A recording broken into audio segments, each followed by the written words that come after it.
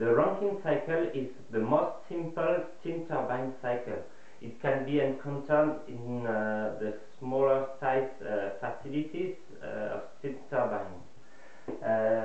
Usually the fluid that is used for these cycles is water, but in some cases when it's operating especially at lower temperature, for example for waste heat recovery, we can use other fluids, and in that case it's usually called organic Rankine cycles because we use organic fluids instead of water.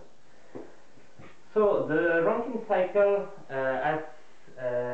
is a steam cycle, and as the word chosen is steam and not gas, it is emphasizing on the fact that the fluid is not only a gas in the turbine, but also close to saturation properties, and in particular steam turbine cycle will take advantage of phase change, liquid vapor and vapor liquid phase changes of the fluid. This phase change has two advantages. One is that there's usually a large difference of enthalpy between the saturated liquid and the saturated vapor, especially for water. And the other advantage is when we have an isobaric heat transfer, and that's usually the case in a heat exchanger. At least during phase change, this isobaric heat transfer is also isothermal, and that's good from a thermodynamic point of view. So in a Rankine cycle, we can simplify from a thermodynamic point of view the cycle into 4 successive transformations that will be encountered by the fluid. So if we start with point A, so here is turbine inlet, the fluid is saturated vapor at high pressure. This fluid is expanding through a turbine, and so the fluid is giving some work, mechanical work to the turbine, and the work on the turbine axis can be used usually connected to an alternator for electricity generation, but in some cases it can also be used as propulsion, for example for submarines or for ships. So it enters a saturated vapor high pressure, and it's expanding to lower pressure, point B, and it's in a Rankine cycle the fluid is partially condensing during this first transformation. Then from point B at low pressure, we have a mixture between saturated liquid and saturated vapor at low pressure, and the fluids will go through a heat exchanger that we call a condenser, because in this heat exchanger we want to condense fully the fluids in order to be fully liquid and usually close to saturation. So we can consider low pressure saturated liquid as the outlet of this heat exchanger at point C. And in order to condense the fluid, we have the heat transfer in this heat exchanger with secondary fluids. So quite often it's a water loop that is cooled, for example, by a river, by the sea, or by a cooling tower. And so the working fluids of the cycle will give heat to the secondary fluid in the condenser. Third step, that's the pump that will increase the pressure of the liquid. So point C is liquid at low pressure, and point D is still liquid but at a much higher pressure. And so the pressure is increased, but because the fluid is not compressible, almost only the pressure is changing, but the other properties of the fluid is almost not changing during this transformation. And then the fourth transformation is a heat transfer in what we usually call a vapor generator. So here it's a bit simplified the way it is, because usually there's a vapor generator and also a separation tank that will allow to take only saturated vapor out of this vapor generator. So from point D, which is liquid at high pressure, the fluid will receive heat from another source of heat. So if you are in a nuclear power plant, then the other fluid will be the primary loop of the nuclear power plant. But in other cases, this heat can come from combustion of any kind of fuel. So the working fluid is receiving heat from the secondary fluid in this vapor generator that will increase the temperature up to saturation and then fully evaporate the working fluid until it is again at initial state, so saturated vapor at high pressure at point A. So let's see in a TS diagram, temperature specific entropy, how to plot the particular points of this Rankine cycle and also the transformations that are undergone by the fluid. So let's start with point A.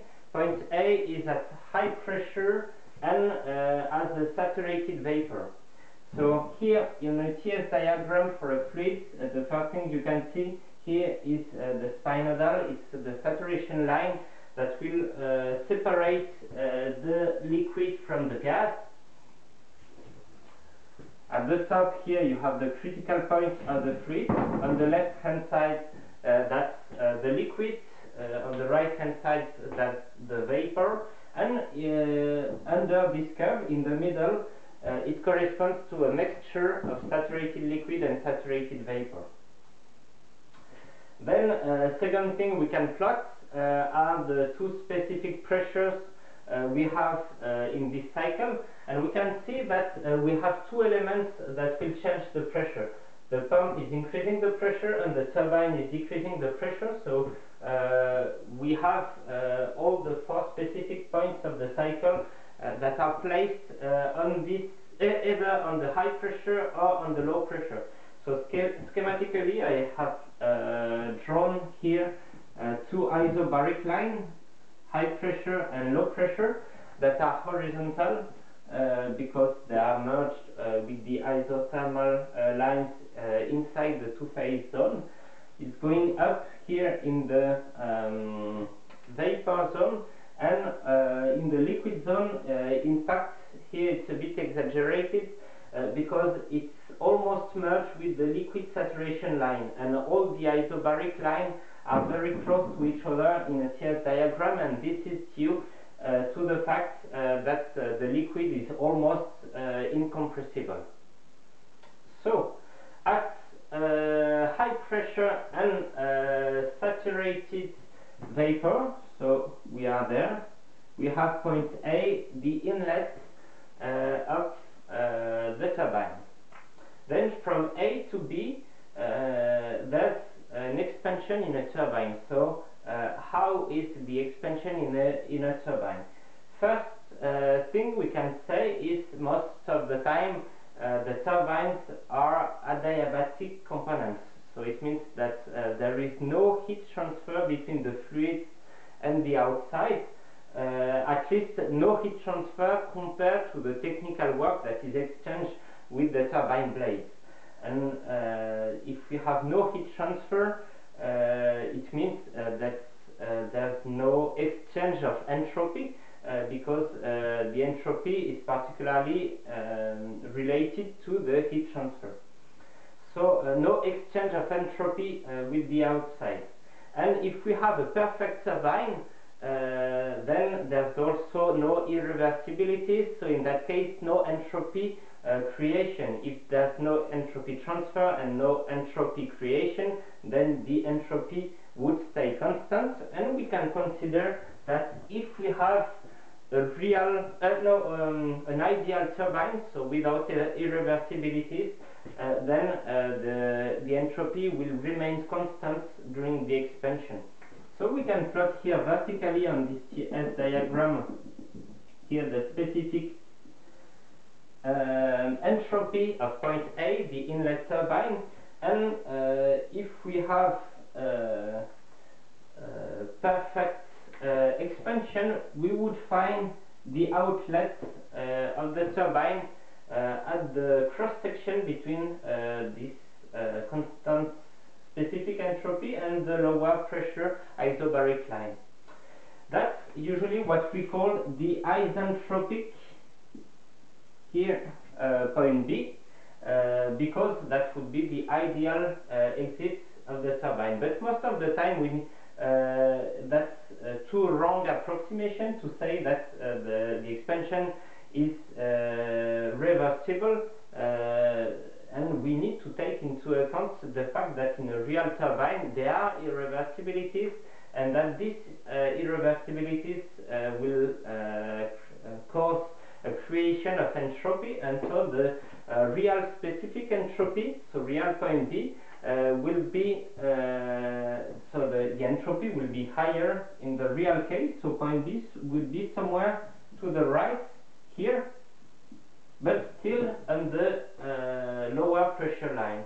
And finally, as we will see later, this B is isentropic point B is just working point in order to find the real outlet of the turbine. So first transformation is from point B, A to point B. Second transformation is the heat exchange in the condenser. So the condenser is a heat exchanger. At first approximation through a heat exchanger, we usually consider that the transformation is isobaric, because if we can neglect the pressure losses, then we have an almost constant pressure for the fluid. So from B to C we will stay at low pressure. The fluid will give heat to a secondary fluid, so on the secondary side of the heat exchanger, that's what we call the cold source, and this will fully condensate the fluid until being at point C fully liquid, and usually we can consider that point C is a saturated liquid. So we can place point C here on the saturated liquid line, and the transformation inside the condenser is at constant pressure, but as we can see here, also at constant temperature. That corresponds to the saturation temperature of this low pressure. Third transformation is the increase of pressure through the pump. So the fluid is entering liquid in the pump, and the pump will increase the pressure to have point D at high pressure, but also liquid. I'm just reminding here that I've been exaggeratively, I have exaggerated to draw apart these two isobaric lines, but in reality they are much closer to each other, almost all merged with the liquid saturation line, because the liquid is incompressible. So in order to go from point C to point D, in fact the 2 points are almost merged on a TS diagram, because as the liquid is incompressible, when the pressure is changing, all the other properties are not changing. So the temperature is not supposed to be changing, but also the specific enthalpy change can be usually neglected. So we can place point D at the vicinity of point C on the high pressure isobaric line. If we want to be a bit more accurate, we can also make the approximation that the compression is adiabatic and reversible, and in that case we would plot point D at the same specific entropy than point C. But it's not very important, because in reality these two isobaric lines are almost merged. Then from point D to point A, the fluid will go through another heat exchanger, the one that we call vapor generator, and here it will receive heat from the secondary fluid of this heat exchanger, and this heat will first increase the temperature of the working fluid from point D to the saturation temperature that corresponds to this pressure, and then fully evaporate the liquid into a saturated vapor in point A. And that's it for the representation of the Rankine cycle on a TS diagram.